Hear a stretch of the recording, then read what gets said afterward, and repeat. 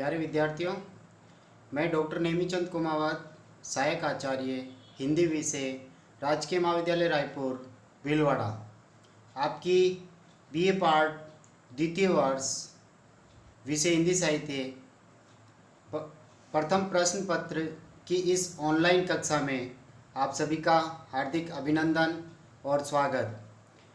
प्यारे विद्यार्थियों, महर्षि दयानंद सरस्वती विश्वविद्यालय अजमेर और आयुक्तालय कॉलेज शिक्षा राजस्थान जयपुर द्वारा निर्धारित जुलाई माह के पाठ्यक्रम में आपका जो विषय दिए गए हैं वो है रीति काव्य।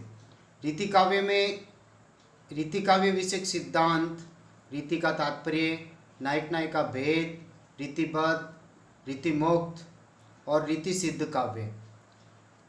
आप पिछले वर्ष बीए प्रथम वर्ष में आदिकाल और भक्तिकाल के साहित्य को पढ़ करके आए हैं और आपकी इस बीए पार्ट द्वितीय वर्ष में रीतिकाल दिया गया है और जब आप बीए थर्ड में जाएंगे तो आपके वहाँ आधुनिक काल पाठ्यक्रम में होगा। यानी कहने का तात्पर्य है हिंदी साहित्य का जो इतिहास है वह इतिहास आदिकाल और भक्तिकाल बीए प्रथम वर्ष के पाठ्यक्रम में है और रीतिकाल से संबंधित जो सामग्री हैं वो दी हुई है आपके बीए द्वितीय वर्ष में और आधुनिक काल दिया हुआ है बीए पार्ट तृतीय वर्ष में।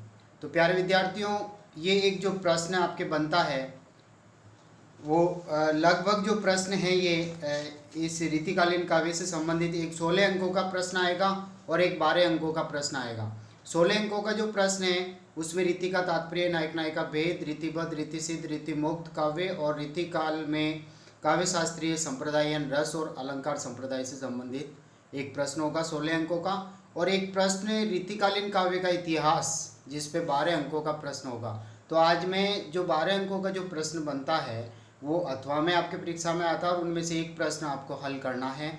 तो जो 12 अंकों का जो प्रश्न आता है आपके 2-3 अति महत्वपूर्ण प्रश्न बनते हैं। उसमें एक तो है रीतिकाल की प्रमुख परिस्थितियाँ, दूसरा प्रश्न बनता है रीतिकाल का नामकरण और तीसरा प्रश्न बनता है रीतिकाल की प्रमुख प्रवृत्तियाँ। रीतिकालीन काव्य 3 काव्य धाराओं में विभाजित है, रीति सिद्ध, रीतिबद्ध, रीतिमुक्त।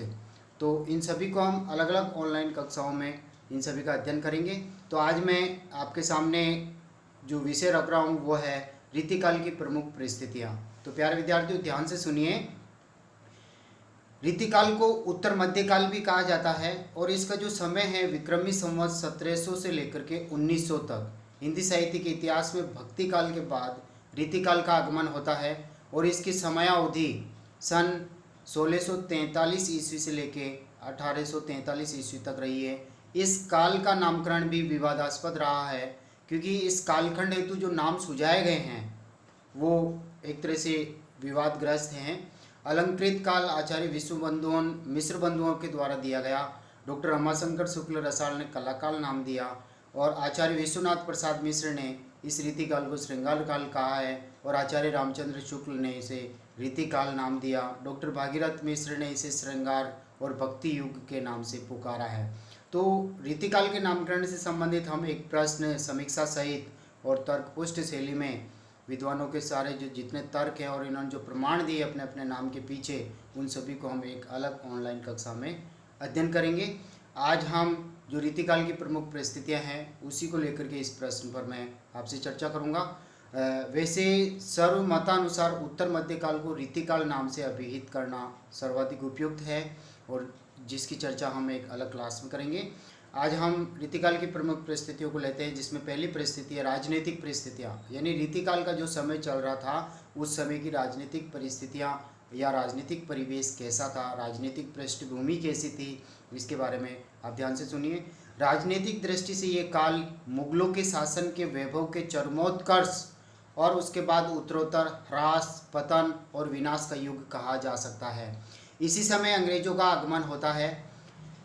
मुगल सम्राट अकबर और शाहजहां ने सांस्कृतिक समन्वय द्वारा विशाल मुगल साम्राज्य स्थापित किया जिसमें सुख, शांति व समृद्धि थी। ताजमहल और मयूर सिंहासन का निर्माण भी हुआ, किंतु इसके पश्चात शाहजहां के रोगग्रस्त होने पर सन 1658 ईस्वी में उसके पुत्रों औरंगजेब और दारा शिकोह में राजगद्दी के लिए सत्ता संघर्ष आरंभ हो गया था। दारा की हत्या कर औरंगजेब ने सत्ता पर अधिकार किया, किंतु उसकी धार्मिक कट्टरता की नीति और अमानुषिक व्यवहार के कारण मुगल वंश की धार्मिक सहिष्णुता और उदारता खंड खंड हो गई, चकनाचूर हो गई। जमींदारों और हिंदू राजाओं ने भी उपद्रव करना आरंभ कर दिए थे। औरंगजेब का अधिकांश समय इन विद्रोहों को दबाने में व्यतीत हुआ। 1707 ईस्वी में औरंगजेब की मृत्यु के बाद राजनीतिक स्थिति अत्यंत विकट एवं शोचनीय हो गई थी। राजनीतिक दृष्टि से इस युग को घोर निराशा और अंधकार का युग समझना चाहिए। औरंगजेब की मृत्यु के बाद उसका द्वितीय पुत्र शाह आलम गद्दी पर बैठा और 1712 ईस्वी से मुगल साम्राज्य का पतन प्रारंभ हो गया। अगले 50 वर्षों तक अस्थिरता रही। छोटे छोटे जमींदारों ने भी अपने को स्वतंत्र घोषित कर दिया। विलास वृत्ति में बढ़ोतरी हुई। केंद्रीय सत्ता की पकड़ ढीली हो गई। 1738 ईस्वी में नादिर शाह का आक्रमण ने मुगल साम्राज्य की नींव हिला दी और रही सही कसर 1761 ईस्वी में अहमद शाह अब्दाली के आक्रमण ने पूरी कर दी। मुगल साम्राज्य की रीढ़ की हड्डी टूटने का पूरा लाभ अंग्रेजों ने उठाया। अंग्रेजों ने 1764 ईस्वी में बक्सर की लड़ाई में शाह आलम को परास्त करके मुगल शासन की तीसरी कर दी। यह है उस समय की राजनीतिक गतिविधियों की करुण और दारुण कहानी।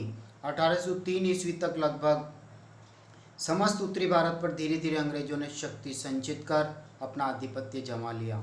वास्तविक सत्ता अंग्रेजों के हाथों में आ गई और शेष मुगल सम्राट अमीर वर्गों के हाथों की कठपुतलियां बनकर नाम मात्र के शासक रह गए। विलास वृत्ति के कारण मुहम्मद साहब को इतिहासकारों ने रंगीले की उपाधि दी। अवध के विलासी शासकों का अंत भी मुगलों की तरह ही हुआ। राजपूताने में भी भोग विलास व बहुपत्नी प्रथा के कारण छोटे छोटे साम्राज्य धीरे धीरे कारुणिक अंत की ओर अग्रसर हुए। वास्तव में यह युग घोर नैतिक पतन की पराकाष्ठा का काल है। तो ये इस युग की राजनीतिक परिस्थितियां हैं रीतिकाल की। रीतिकाल में जो सामाजिक परिस्थितियां किस तरह की थी, समाज में क्या स्थिति हो गई, क्या दुर्दशा हो रही थी समाज की, उसको भी आप यहाँ देखिए। यथा राजा तथा प्रजा की उक्ति इस काल पर पूर्णतया चरितार्थ होती है। अर्थात जैसा राजा होगा वैसी ही प्रजा होगी। राजा में विलासिता होगी तो प्रजा में भी विलासिता होगी। इस काल में सामंतवादी प्रवृत्ति का बोलबाला था। सामंतवाद के दोष सर्वत्र व्याप्त थे। इस काल को समाज के अधःपतन का युग कह सकते हैं।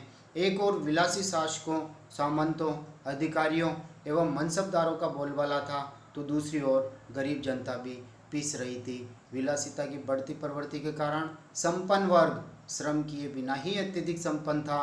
किसान, मजदूर, श्रमिक वर्गों की आर्थिक स्थिति अत्यंत शोचनीय थी। इस युग में नारी को अपनी संपत्ति मानकर ही उसका भोग करना विलासियों के जीवन का मूल मंत्र बन गया था। सामंती युग में नारी के प्रति दृष्टि उसके लावण्य यानी सौंदर्य और कोमलता तक ही सीमित रही। उसकी जो आंतरिक जो गुण हैं उनकी ओर इन कवियों की दृष्टि तक नहीं गई। विलास के उपकरणों का संग्रह करना एवं सूरा सुंदरी में लीन रहना उच्च वर्ग के जीवन का एकमात्र लक्ष्य बन गया था। मध्यम वर्ग भी उन्हीं के अनुसरण में लीन था। किसी कन्या का बलात् अपहरण कर लेना उच्च वर्ग के लिए सामान्य बात थी। अभिजात वर्ग के हरम सुंदर नारियों एवं रक्षिताओं से सदा भरे रहते थे। फिर भी वे वेश्यागमन को ही जीवन का परम सुख मानते थे। समाज में काम वृत्ति की प्रधानता थी। काम कला की शिक्षा देने वाले घटिया शिक्षक भी इसी युग में प्रचुरता से पैदा हुए। विलासी माता पिता की संतानें भी अनैतिक कार्यों में लीन थी।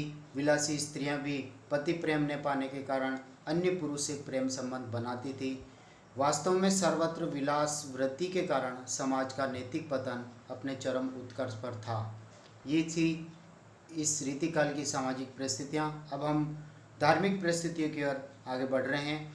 रीतिकालीन समय सभ्यता और संस्कृति की दृष्टि से ह्रास का युग था, यानी पतन का युग था। नैतिक बंधन ढीले पड़ चुके थे और बौद्धिक सत्ता का ह्रास हो रहा था।